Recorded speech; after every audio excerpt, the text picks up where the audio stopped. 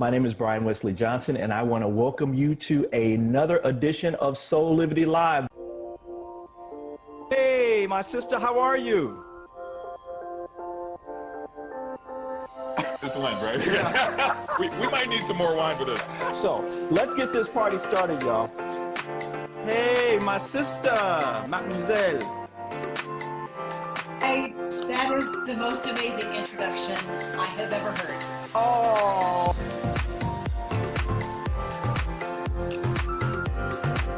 Of myself and Madison, Brian Wesley Johnson. Thank you for joining us on Saturday morning.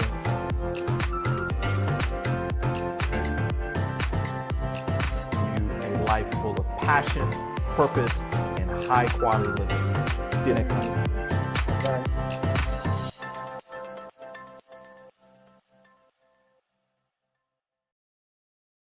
Hello and welcome to another edition of Soulivity Live, everyone. My name is Brian Wesley Johnson, and I am so glad you joined us because once again, you picked the perfect moment to get inspired.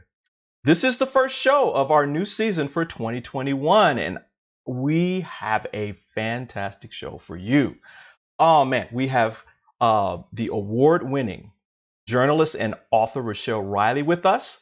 And I cannot wait for you to meet her. But before we get started, I want to once again remind you that you can see this show or any of our other shows by going to our new and improved YouTube channel. Remember to subscribe while you're there because you can see any of our past shows as well as get notified every time we go live. Now, let's get to today's show. Now, we've got so much to talk about. I want to kind of like jump right in. So why don't I introduce our guest to you? Check this out. Rochelle Riley, a tour de force across journalism, media, and advocacy. After 20 years as a nationally syndicated and award-winning columnist, Riley left the Detroit Free Press in 2019 to dedicate her life to bring the fullness of arts and culture to her community. As the Director of Arts and Culture for the City of Detroit, she continues to bring forth our history as a country and help heal the wounds many still feel today. In fact, she travels the country hosting conversations about the burden that America still bears by refusing to deal with the aftermath of American enslavement. This important work is highlighted in her most recent books. The Burden, African Americans and the Enduring Impact of Slavery is a plea to America to understand what life post-slavery remains like for many African Americans who are descended from people whose unpaid labor built this land, but have had to spend the last century and a half carrying the dual burden of fighting racial injustice and rising above the lowered expectations and hateful bigotry that attempt to keep them shackled to that past.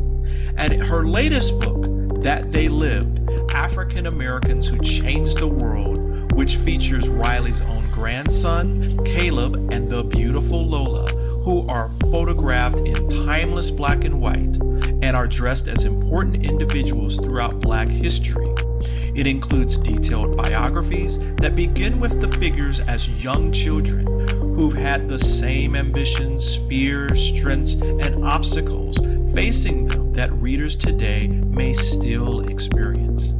Her goal is to teach children that they can be anything they aspire to be, and that every famous person was once a child who, in some cases, overcame great obstacles to achieve.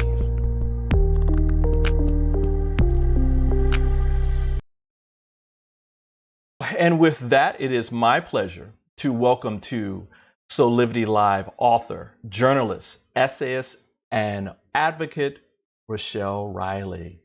Hey, Rochelle, how are you, my love? Hello, I'm fantastic. Thank you so much. Oh, man, I have been looking forward to this interview for a long time. I'm a big fan. I've watched your work for many years. And we're going to talk a lot about your story. I don't want to give away too much too soon. Okay. And listen, everyone, this is an interactive discussion. So if you have questions for Rochelle, or if you have comments about our show or about the show in general, please post them to our Facebook and our other social media feeds. We'll get to any questions that we can during the next hour, and we'll get some answers for you. So, as my grandparents would always tell me, you got to go back to the beginning to know anybody's story. You were not born in Detroit, and I think a lot of people think that you were. Where were you born? Well, first, let me thank you for that amazing introduction and for having me and for all the kind words. It's a wonder my head can still fit in this screen. And I have to tell you, and I have said this, and I haven't put it on a T-shirt yet, but I was not born B-O-R-N in Detroit, but I was born B-O-R-N-E in Detroit.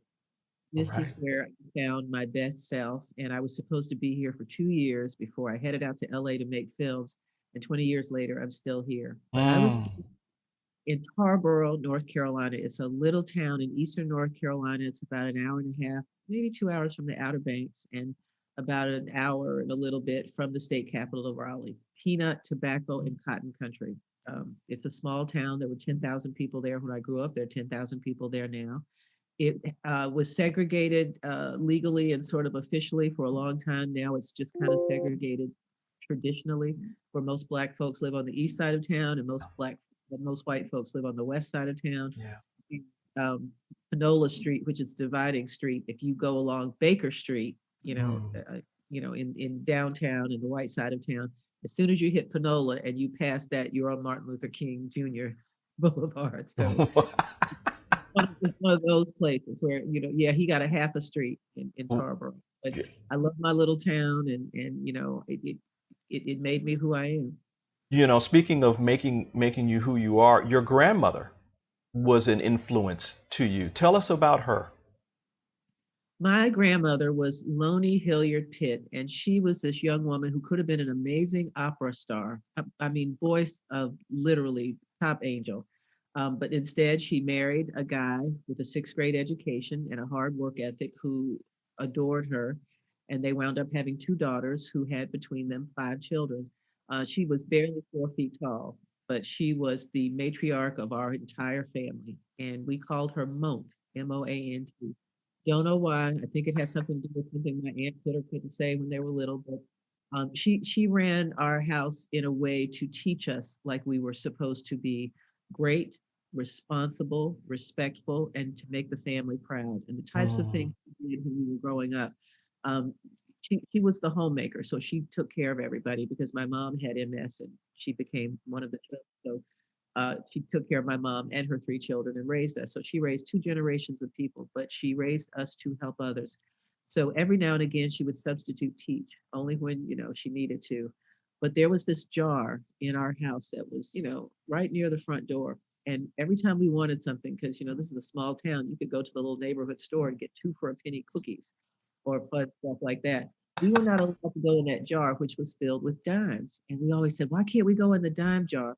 And she said, that's not for you. That was the jar she used to take money to the kids who didn't have lunch money at school. Wow. We would, put all the dimes in, but we could not take dimes out. But that's the kind of woman that she was. And she there for every single thing that we ever did. So she taught me how to be a responsible citizen. She taught me how to be a great kid. And then she taught me by example how to be the best woman I could be to others. Wow. Well, no wonder she was a big influence. It was awesome. Oh my goodness. Some about those small women, they got this like TNT when it comes to their influence. It's not about how tall you are, it's about how powerful you are. Exactly. Now, you stayed in North Carolina through high school, and then you were able to leave. And you were able to leave through something pretty doggone impressive. You got a fellowship. You got a fellowship that was at University of Michigan, right? No. That comes later. Oh, that comes later. Okay. Give me Let me the full story. let me tell you about my leaving Tarboro because, we lived in New York, my parents. When my mom got sick, my parents split. Okay. And my grandmother, again, all 4 feet of her, took us in as a family, said, okay, if this is not working with this man in New York, you're coming home. And I was uh, horrified because I love New York. I mean, I was this little kid who, a city kid where Okay. you sit out and play on the stoop, and you play with the supers kid who lived below you, where you could look down into the well of his entryway, and you weren't allowed to go on the sidewalk. You could play on the steps of the stoop. And my best friend was this Japanese girl who lived 3 flights up, where I could literally, 3 and 4 years old, run up to her apartment and play because it was safe, back then. And I'll never forget this time we decided we were going to wash the dolls, give them a bath, and we started doing. And all of a sudden we got distracted and wanted to do something else and left the water right. So that was the we flooded their apartment, and I don't think I was allowed to go. Oh no. But we moved to Tarboro, this little town that was just nothing like New York, and I quite frankly hated it. I wanted to go back to Wow.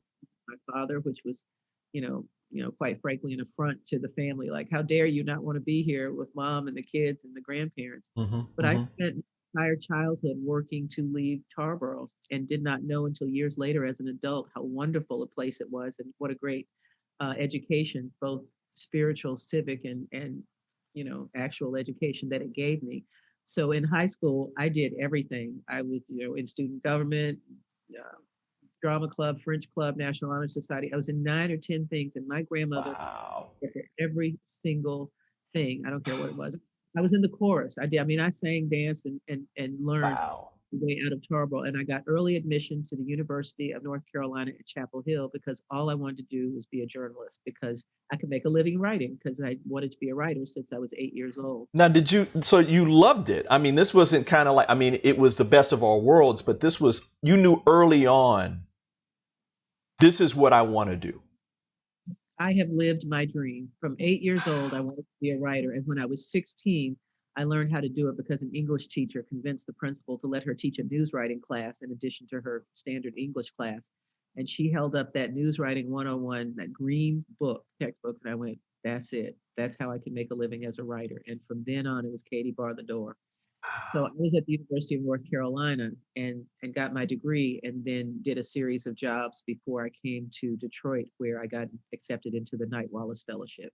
So that came much later. Wow. And I want to make sure that I put a little exclamation point on this for our audience real quick. Because this in part is like what Soulivity is about, like changing the paradigm of people going into doing different things that maybe they're socialized through their parents or society to do, and that the people that we've had on our show and that are part of our platform, one consistent thing that's been there in terms of all the ones that have been very successful and happy and fulfilled is when they decided, may it be when they were young or when they got older, this is what I love. I've always loved it. I don't understand why I haven't done it, or I'm younger and this is what I'm going to do. If they stuck to it, they were happy and fulfilled. Period. They might have gone through some things here or there, like everybody else does, but they were just full. They were full. And I see that in you. I really see that in you. I mentor 22 people, but I also am available for free life coaching for anybody who asks. And the first thing I tell them, whether they are kids or even if they're in their 20s or 30s, do not spend 40 years doing something you don't like. We only Amen. get one life that we know of. And, we may come back as somebody else or we may do something else. But if you know for sure, if you are for certain that you only get one life, do not spend that whole time doing something that you just don't love, because you can't go back and fix that. You can't go back and change that after the 40 years. You can change at any time during that 40 years, but you don't want to wake up and be 60 years old and say, God, I wish I'd played an instrument, or I wish I'd, been a teacher, or I wish I had, gone into acting. If you know what that thing is for you. I literally am doing what I knew I wanted to do my whole life. And I can tell you, if it weren't for my family, just sort of accepting that, because everybody in my family was a teacher. We were a family of educators. So the idea that you didn't want to be a teacher and you were going to do something else, you know what I mean?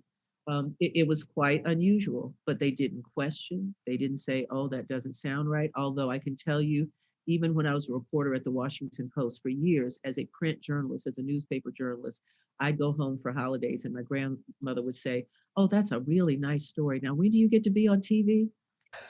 I would have to explain to her, you do not graduate from newspapers to television to make a choice. And I have a wonderful job where I don't have to wear makeup and I don't have to always wear pants. And she said, okay, I got you, but let me take you on TV. And the great thing is later when I started as a columnist to be invited on television on CNN and MSNBC, she got to see some of that. So I was finally on TV for her. Wow. She was always like reaching, like, no, you need to be, my granddaughter needs to be on TV. She was one of the biggest braggers about everything. I mean, it could be the smallest thing, but everybody, it's just a small town, so everybody in town would know. So it was awesome. All right. So now you're at University of Michigan. Yeah. And you're there and you're doing this fellowship. Mm-hmm. What happened after that? What was like this move that happened for you? Because like we were talking offline, everybody, about the similarities between even my mom and this, this University of Michigan or Michigan State and Detroit connection. So tell me what was going on with you. Well, I was a columnist at the Detroit Free Press, and this was back in 2007. So I'd only been there for 7 years. But this fellowship, which was funded by Mike Wallace, the late CBS News correspondent, and the Knight Foundation, they gave you a chance to do whatever you wanted to do. Wow. But you could not work. You were not allowed to work. And this was in the middle of all of the Kwame Kilpatrick reporting, which I was writing columns about. And I'll never forget, I was accepted. I went into the program, and the editor of the paper at that time would call every week and ask the director of the program, can she just write one column? She doesn't have to come back to work. And he told him, he said, if she writes one word, we will kick her out of the program. You are not allowed to work. So I spent that year traveling. We went to Argentina and went to Amsterdam and went to Turkey, and I studied film and screenwriting and wrote a screenplay. And I, because the writer in me had to write, I did this whole blog called The Barack and Hillary Show, where I wrote about, the election for myself. It wasn't work. So But finally, as we neared the end, my first column about the Kwame Kilpatrick saga post-fellowship happened on the day of graduation. So it's not like they could kick me out that day. And I continued to write almost every day. And those columns were a part of the packet that was entered into the Pulitzer Prizes. And our team won the prize for local reporting, a team that was led by Jim Schaefer and Mike Elrick. And Jim Schaefer still works at the Free Press and thanks me once a month for what I contributed to that coverage. So, and people around you kind of knew it. We're going to take a quick break, but when we come back, I want to dig a little deeper into your time as a journalist, and this turn that you had toward what you're doing now. So we're going to take a quick break, everybody, and we'll be right back. Soulivity Magazine and Beyond Words Publishing is pleased to announce its latest charitable partner, the National Museum of African American History and Culture. We ask you to join us in supporting this national treasure of memories and truth to stay alive for generations to come.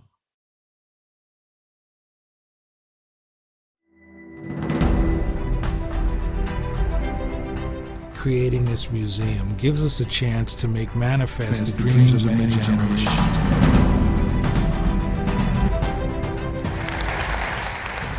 We call the lost dream back.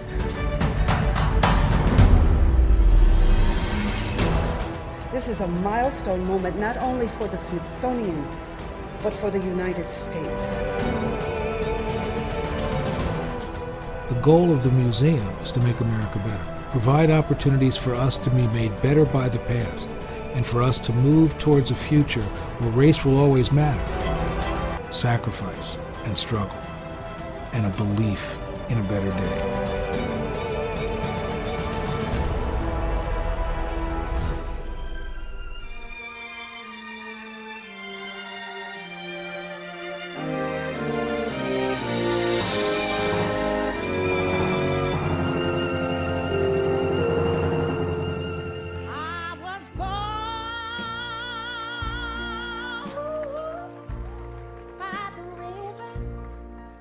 This place is more than a building. It is a dream come true. History, despite its wrenching pain, cannot be unlived. And by knowing this other story, we better understand ourselves and each other. I, too, am American.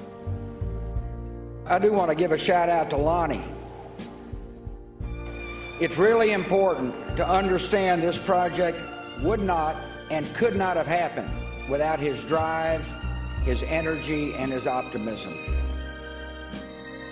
11 years we have dreamed, prayed, toiled for this day. Today, a dream too long deferred is a dream no longer. We've guaranteed that as long as there's an America, this museum will educate, engage, and ensure a fuller story of our country will be told on the National Mall. Welcome home. We ask you to join us in supporting this national treasure of memories and truth to stay alive for generations to come.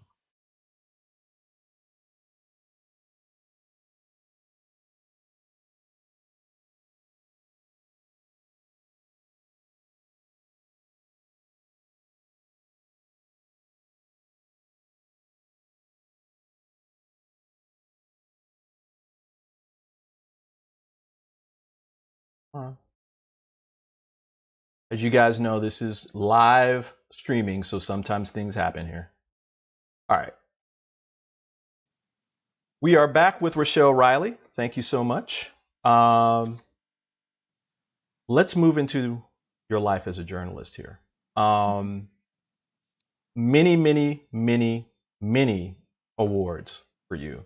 You already talked about the Knight Wallace Fellowship at the University of Michigan. You already talked about in 2009 that you were a part of a team that had an entry that won a Pulitzer. You also won a Will Rogers Award for from the National Society of Newspaper Columnists for Community Service, as well as your fourth NABJ Salute to Excellence Award, the National Association for Black Journalists. You've had a pretty distinguished career as a journalist, but then in 2019, something happened for you. What happened for you?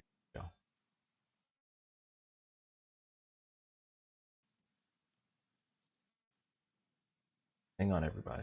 Now, how far back do you want me to go?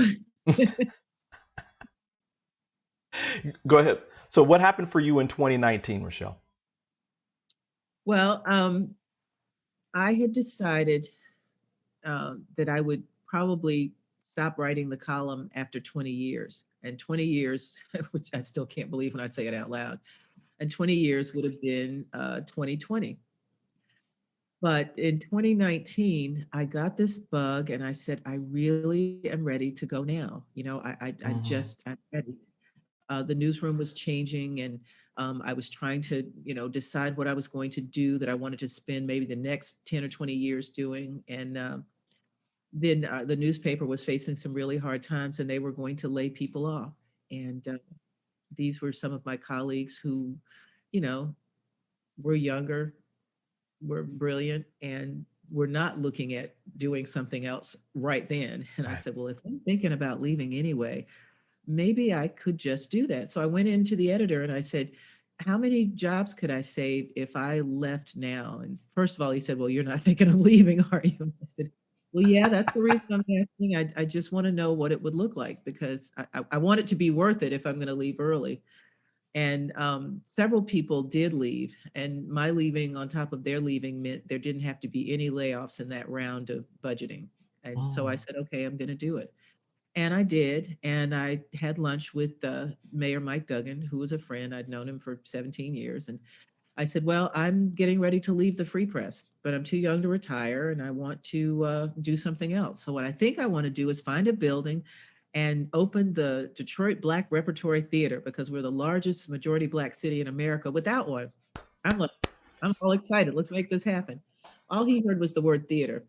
And he said, oh, so you're into arts and culture? And I said, well, yeah, I can sing show tunes on command, and I'm a photographer and a painter, and I sing. And I mean, oh yeah, I'm into all of that stuff. He said, well, I need a director of arts and culture. And I said, well, what's the job? He said, it doesn't exist. And at that point, it had not existed for more than 20 years, which in breadth and depth as Detroit. So I said, I think I might be interested in that. A day later, I got a call saying, welcome to the city of Detroit. And all of a sudden it was time. Wow. To change jobs. Number one, it's a job I'm creating. How many chances do you get to do that? Number two, it meant I could help all of the creatives across the city who, quite frankly, don't get the respect that they deserve. I mean, Detroit has more talent in its on one street than some cities have within their whole borders. And we don't really raise that up and lift that up enough. I watch what New York does and what Chicago does and what New Orleans does, and Austin, for goodness sakes, did South by Southwest. Right. I said, we need to do better. And so that's why I took it, and that's what I'm trying to do. Wow. So again, paying it forward. Your grandmother would be proud. You'd actually love this. Oh yeah, she'd have tickets to everything, and we'd go to everything. So. Now, I want to just dig into this a little bit, because there's this position and it's there. But what did this really mean for you at that moment? I mean, you had already kind of started in the path of the books and that kind of thing, but this was something a little more different. This is a little different, right? I mean, you're director of arts and culture. This is a position that had not existed before. So what did this mean for you at a heart level? I was a public servant as a journalist. I knew that whatever I would do next, I'd have to be a public servant. This is the only job I would ever take in a city or state government.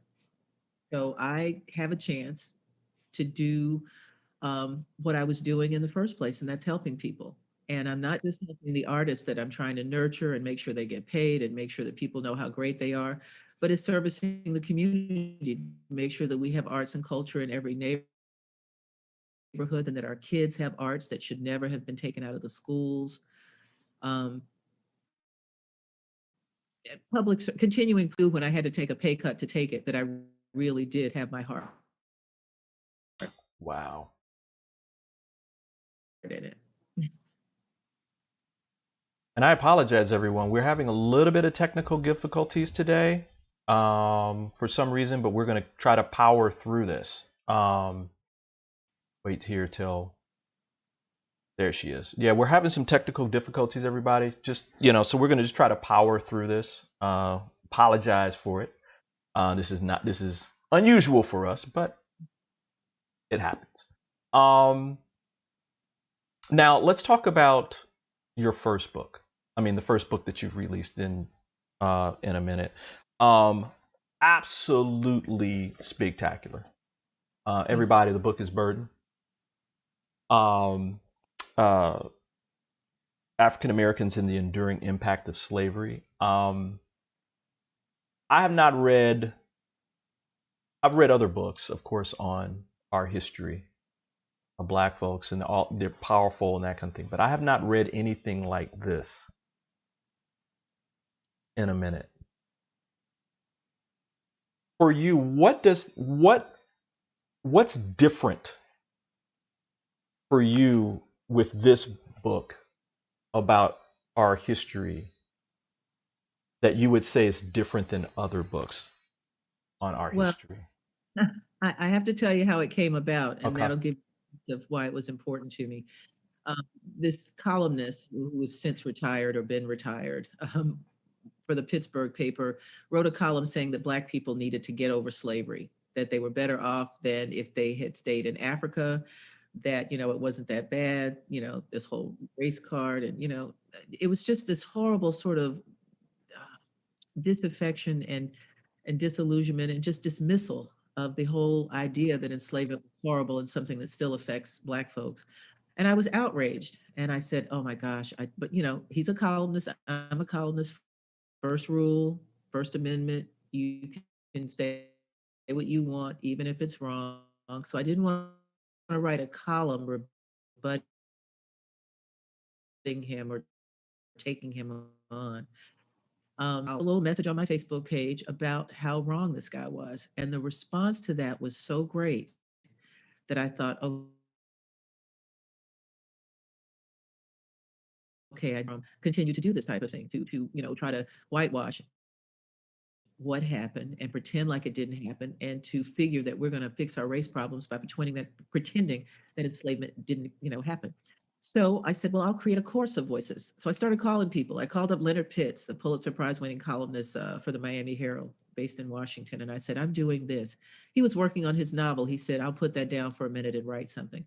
Then I called my friend Nicole Hannah Jones, and I said, Nicole, I'm doing this. And she was working on her book based here in Detroit on education, one that has to get finished at some point, despite everything that has come since. And I said, I'm doing this and I need you to write this forward. And she said, okay, I'll write the forward. And I just kept calling people. And this is what's telling. I got all of those essays in, and not one of them was on the same subject. I asked people to write about the ways that slavery still impacts us negatively, and not one of them was about the same subject.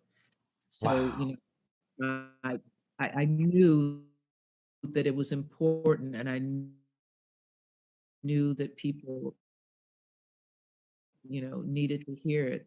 And people needed to see how pervasive it was. And this came out in 2018. Mm-hmm. Mm-hmm. And then, of course, we were in the neck of a human being until he was dead. And people finally got it and said, oh my God, this is what folks have been talking about and complaining about and trying to get our attention about for centuries. So that's why it was important. And I love the cover. When you held it up, every time I see it and look at it from somebody else's perspective, I move by the cover, because it's a bunch of the burdens that weigh down on the title.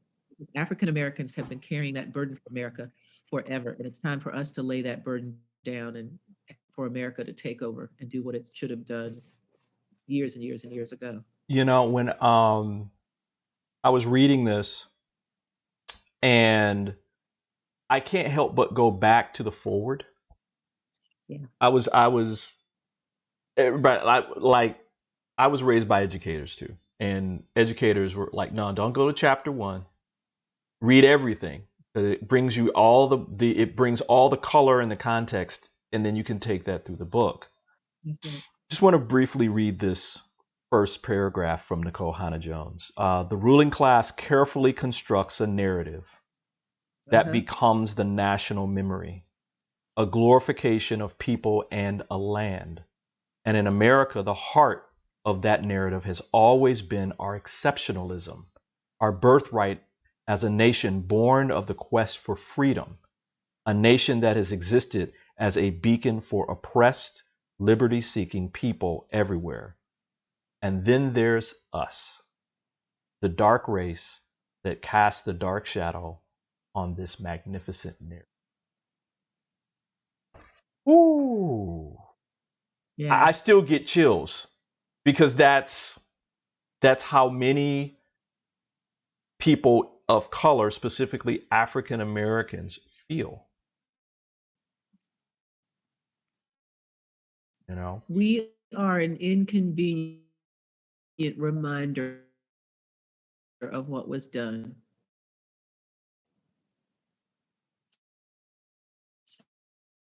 So, and we continue to make sure, that there are 2 classes of people in this country, 2 or 3 now, but these 2 in particular, they can keep that myth going. Well, I think the myth just got busted in many ways, thanks to people like Nicole and George Floyd's death, and because people are speaking out. There are more books being written now about this.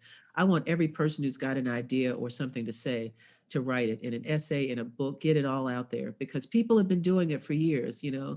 Ta-Nehisi Coates was not the first to write about what, life was like for people and their children. But we've had to have these conversations with our kids for decades and decades and decades. Right. But he wrote about what he wrote about at the right time. And while people are listening, while they see us, while they cannot, look away or pretend like things are fine, this is the time when everybody needs to be speaking out and speaking up. Right. Totally, totally, totally agree.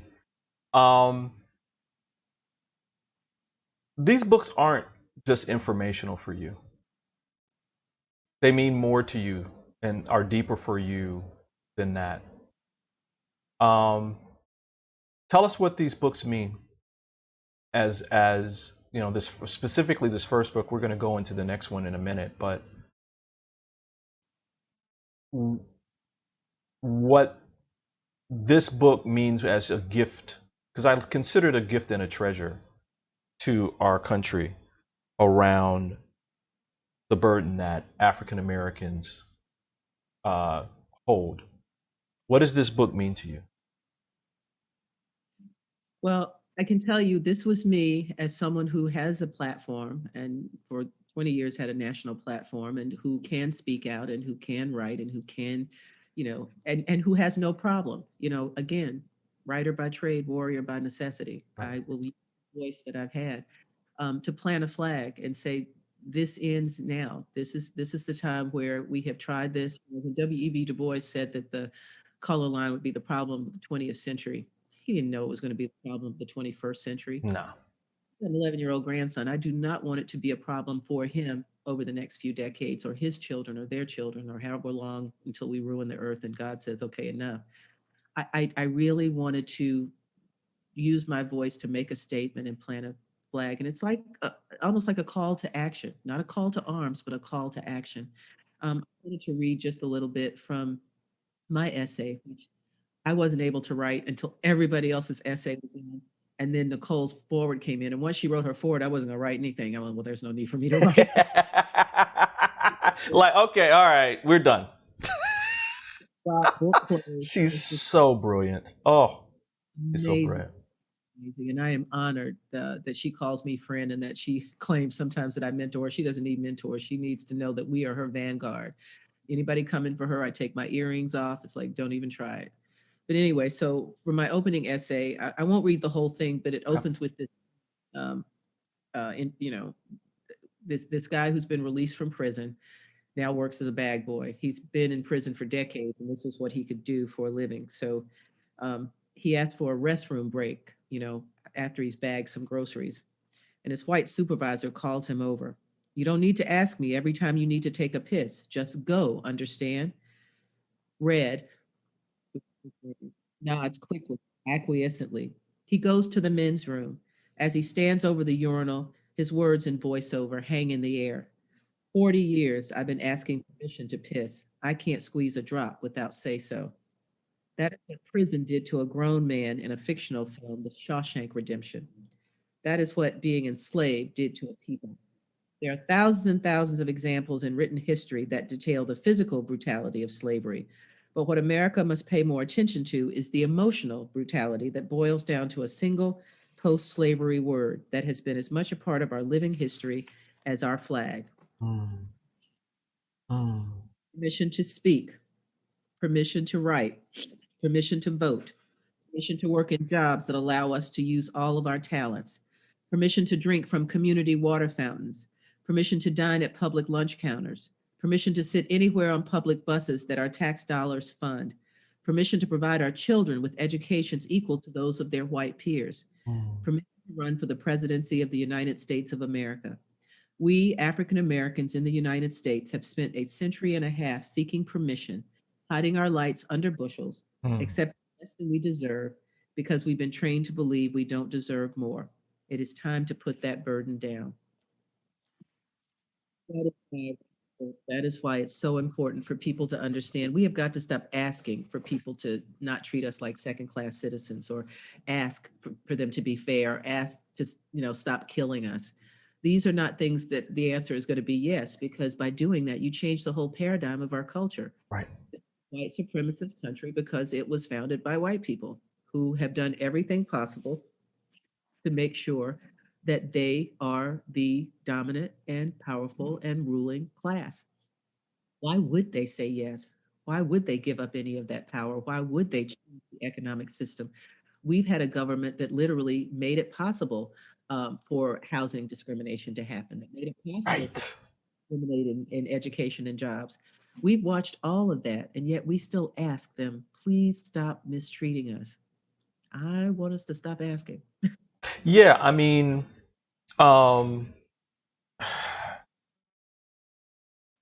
going to be talking about this next week too, and I'll be telling people about the event that we're going to be having. But I remember recently, maybe a couple of months ago, a special on either PBS or another station that included Roland Martin.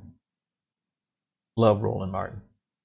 Knowledgeable, brilliant, breaks it down. And he was talking about the difference between the steps that were taken during civil rights were absolutely important. You know, the ending of the quote unquote ending of Jim Crow and civil rights movement and the Voting Rights Act and those kind of things. But I think people don't realize that those are laws that are on the books, that's not freedom. That's not freedom. That's right. Freedom is inherent, right? So I want people out there, because our audience is diverse, and a lot of times these are hard conversations that we have to have so we can educate and move forward, because we're all about battling fear and ignorance here. And some of the ignorance is, oh, well, you have the Civil Rights Act, you have, equal, the equal protection, that kind of thing. I said, but that's law. People in this country that are born, they don't think about whether or not they have the freedom to do X or Y or Z. They can just go and do, and it's inherent. People of color, and in this conversation, African Americans, we're born already understanding that the deck is stacked, because systematic racism is here. It exists. It is real. And so there are things we have to think about in terms of freedom. And that bit of your essay brings that home for me, right? Where we need to be demanding freedom, not just rights, but freedom. Because freedom, I want my son and then his son to understand that when they are born, what barriers? Barriers aren't here. And I'm not talking about spiritually, because that's another different discussion. And Rochelle, we're talking about like your grandmother who sees the dream, because in that realm there are no barriers. We're talking about the reality, taking that dream and bringing it into the reality of our life today, and moving forward from that space. So I want to thank you for that. Again, I mean, this powerful words. Because as you know, in your life, you dedicated yourself to words, speech, power. Let's move to what is now, I mean, love burden. But let's move on into this one. That They Lived. I am like reading this. I'm on my third read. I'm trying to keep it nice. because it's so good. Um, I was gonna save this question for the end, but I'm gonna bring it forward. Okay. Why this book now? Well, when I did the burden, it was literally to throw down the gauntlet and call to action and let people know we have got to do better. And so, of course, the next book, even though the way it came about was incidental, we need to make sure that people, especially our children, know that we've always done better. We have achieved for centuries, and we had to start way below people who, are really celebrating their achievements like, oh, they did something really great. Well, no, let me tell you something really great. Somebody who had to start down here below here with nothing and still got to where you are, beyond where you are. It's just amazing. This book was this is not hidden figures. I didn't go to try to find people who know about. These are people that are known, that we celebrate as posters, every February and then forget about. These are people who every child in any public school in America should know, and know their stories by heart. Because we have not taught that, it is why you can continue this myth that African Americans are not as smart, not as, worthy, and have not accomplished as much. And white kids think that everything that's ever been done that's great about America was done by white people. Right. You don't do that if you teach the whole of American history. I don't want Black history. I want true American history. So it includes that. So that's why the book. But how the book was interesting, because when I was working on the burden, and I do want to thank you for what you said a few minutes ago. That was really important and powerful, because we are born fighting. I'm working on a sequel to The Burden. And I know we'll talk about that later when you ask me what I'm doing next. But I've been trying to figure out what to call it. And I think I'm going to call it Born Fighting, because everybody else is born living, born, Okay. with their life. And we have to be born getting ready to climb over a fence or climb over an obstacle or prepared for something else. But we'll talk about that later. But so with that, they lived. When I was working on the burden, it was February, Black History Month of 2017. And I am on social media like all the time, even now. And I saw these great pictures every day of Black History Month of this little girl, this 5-year-old girl dressed as a famous and important African-American woman.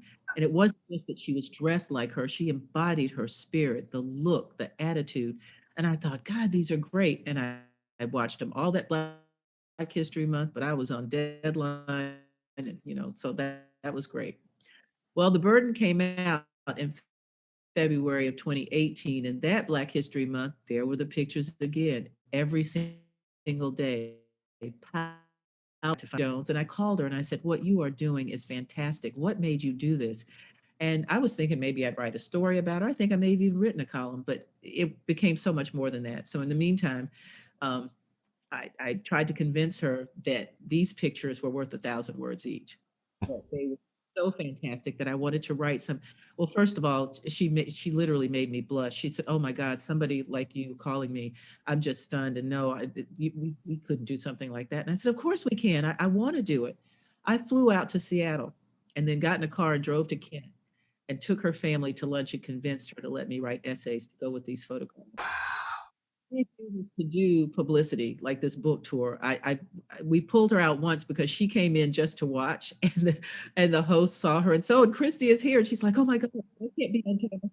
I said, "Just throw on something and do it this one time. And I promise I won't ask you again." And I'm lying because I'm going to ask her again because people need to hear her talk about it. But anyway, she said, "Okay, let's do it." And so we got there and I said, and I was really excited. I said, we could do a whole encyclopedia. We could do Black scientists, Black business people, Black media personalities, Black sports stars. She said, "No, we're not doing any of that." I said, "What do you mean?" She said, "We're only doing one book. I'm not doing any more." I mean, it took forever to convince her to do this one. She said, "No, I'm not doing it." And I said, "If you're really serious and we're only doing one book, we cannot leave out Black men. We have to celebrate them and do Black boys too." She said, "Well, we'd have to find a boy." And I said, "I got a boy." I flew to Dallas. I got my grandson, Caleb. We finished what she'd done with her daughter over, those 2 years. She did with Caleb over a long weekend. And we'd have photo shoots in between bouts of Fortnite and cupcakes. Now, I want to kind of like make sure that people can like really see this. So And There's most people Caleb. know who they are just from looking at. When I first got the book, because I got the book before y'all did. Because I got the pre-order, so you guys go out and buy this book. I looked at the cover and I was like, how the heck did she get like old childhood pictures of? And then I looked again. I was like, wait a minute, beautiful Caleb and Lola. I want to just kind of show people the inside of this book. So there's Lola, then there's Bessie. And it's just how the connections are. And again, it goes to kind of like what we talked about in the beginning of the show about this seed that is in all of us that when matured by those who are closest to us, our loved ones, and your grandmother in this case, there comes born out of that this dream that becomes, your life. I want to give people just a for instance. So one of my childhood heroes, well, of course, was the greatest, Muhammad Ali. Tell us a little bit about how a bite changed his life. Well, I can tell you that every single essay is written the same way. It's to find a moment in the childhood of each of these folks that helped them become who they are. And for Muhammad, who I knew personally because I covered him when I was a columnist in Louisville. As a matter of fact, my very first column was written chastising the city of Louisville for not having something to honor him, the world's most famous person. I called them out. And I'll tell you, my editor, my brand new editor, my first column, he said, "You're naming all these rich people who ought to be doing something. Do you know them?" And I said, "No, but everybody knows they're rich." And there, which was stunning. And quite frankly, I was surprised. The mayor of Louisville, Jerry Abramson, called me from the Democratic National Convention where he was attending in Chicago. And he said, "Okay, you're right. This is embarrassing. We are going to do something." So I not only got my first column, supporters have been trying to do it, but that moment, helped sort of push that along a little bit. And I'm very proud of that. And eventually, because of the growing momentum, we raised $80 million to build the Muhammad Ali Center on the Ohio. But so every single one begins the same way. And the essay on Muhammad says, Muhammad Ali would grow up to be one of the greatest athletes in history, a man admired for his fight for political freedom as much as for his boxing. But before he was known as the greatest, he was a 12-year-old boy named Cassius Marcellus Clay Jr., growing up in Louisville, Kentucky, and he was the victim of a crime. Someone stole his bicycle. It was October 1954. Now, he was immediately he was ready. He said, "I'm going to whoop him. I'm going to whoop him."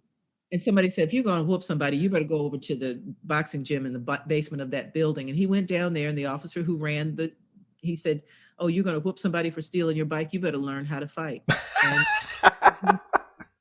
And from that moment, he became a boxer. He trained day and night through high school.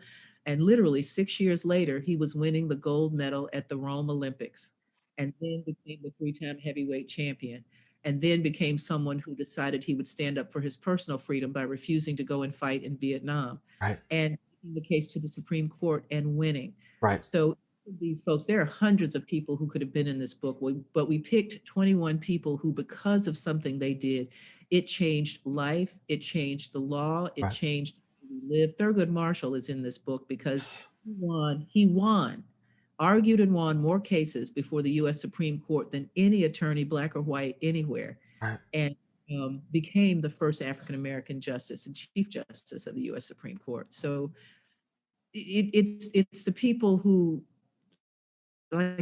again, we should be studying as a part of American history all the time, so every child knows that. You don't find Thurgood Marshall in textbooks. You don't find that whole story of, Shirley Chisholm being the first Black woman to make a serious run for the presidency and being the first Black woman in Congress. Yes. Hiram Revels, is the first Black senator. He might get mentioned here and there. We have to change that. The miseducation of our children is why racism is still a problem in our country. If we fix that, we would fix a lot. Yeah, and we're not talking about this from, I want people to understand, these are people that changed all of our lives, not just lives of African Americans. Yes, we're proud of them and we understand their importance, but the people that are in this book changed everything. You can trace it back to important moments in American history. We just need to be proud that they lived, and we need to make sure we know why things are different because they lived. Yes, absolutely. Well, I'm glad that you lived and you continue to live. You continue to inspire me. I mean, I always tell people that I ain't retiring. What's that? I'll retire when I'm dead. I'm going to live and live as much passion, and again, there's people like Ruth Bader Ginsburg and Thurgood Marshall and other people that lived and lived and lived and lived and lived and lived and lived. And when it was time for them to go, then that's when they made their transition. And so thank you for this. Again, so we were going to talk about this and what's next? What's next for Rochelle Riley? What can we expect in the next year or two from you? Well, there are three things. One is, again, writer first. I'm using the Harper Lee method of finishing my first novel. It'll probably be the only novel I ever write. I've been working on it since 2008, but I want to finish that novel this year. I'm going to finish the sequel to The Burden, Laying the Burden Down, and I'm going to continue to fight in the current job. Somebody asked me, well, what's your goal with this, Office of Arts, Culture, and Entrepreneurship? And I chose entrepreneurship for a reason.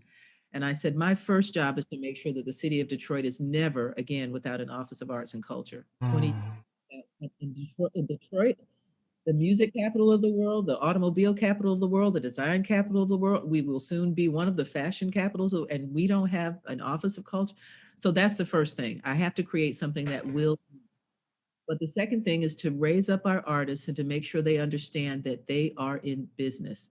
We're going to be having a forum literally on Tuesday that I love it. It's when art is your business, because so many of our gig musicians are not getting paid now because they've lost their stages. Authors have lost their book tours.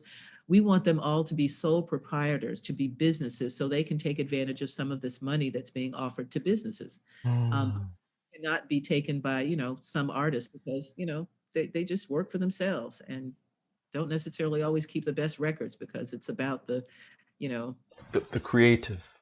The creative. It's like, you better be creative and make some money. So we're doing branding and we're doing business training and all of that stuff. And we'll continue to do that all year. But my goal is to make sure that I document.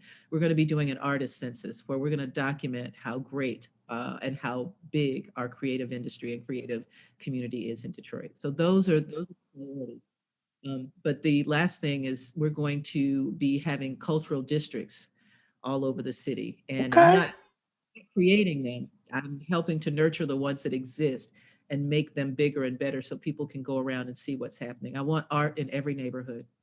Wow. Again, okay, see, I got to get on my stuff now.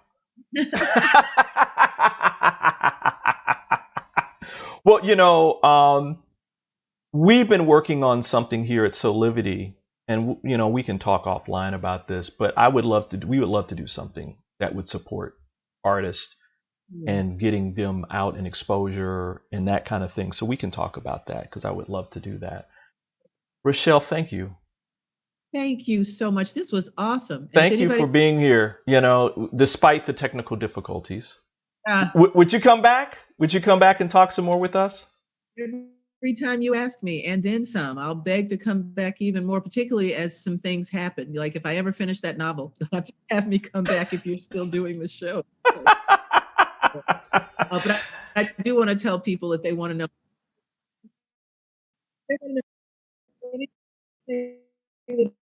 I'm doing, go to RochelleRiley.com. Yeah, we'll put that. I think we'll put that on our website and within the body of the chat, so that people can see it. The books are Burden and That They Lived. Oh my gosh, go get these books, everyone. America, and ask every library, and wherever you live, call your local bookstore and ask if they have it, because when you ask for it, they order it. Get these books, please. Read more about our history, American history, and see how the diversity of the acts and experiences and triumphs and struggles of all of our citizens make our nation greater, and that these men and women need to be talked about as much as the ones that are currently in our history books, from George Washington to Thomas Jefferson to all these other folks. These are more of our modern heroes, but there's heroes too. I mean, go get books like African Americans and during the Revolutionary period. There are some prominent folks back then too. So we've been there from the very beginning of the founding of our nation. So thanks again, Rochelle, for being here. I appreciate you so much for being with us today.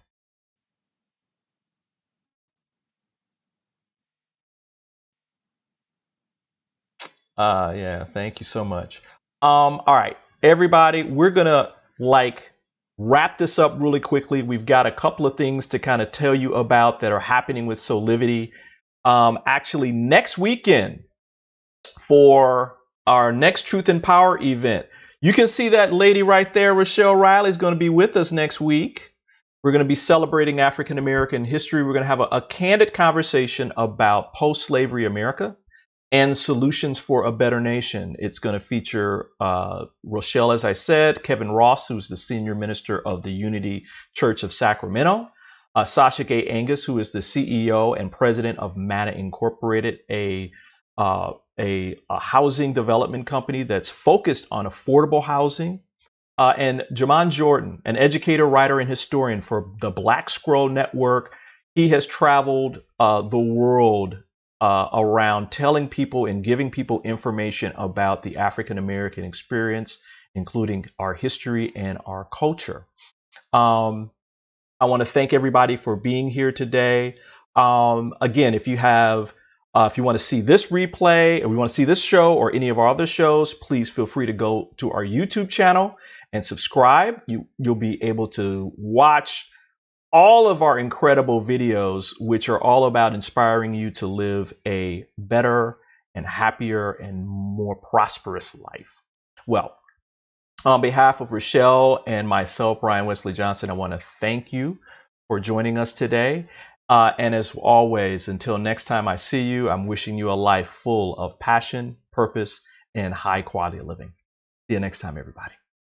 My name is Brian Wesley Johnson, and I want to welcome you to another edition of Soulivity Live. Hey, my sister, how are you? This wine, right? Yeah. we might need some more wine for this. So, let's get this party started, y'all. Hey, my sister, mademoiselle. That is the most amazing introduction I have ever heard. Oh.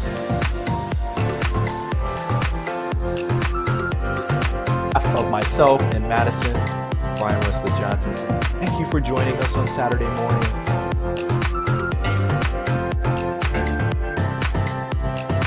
You a life full of passion, purpose, and high quality living. See you next time. Bye.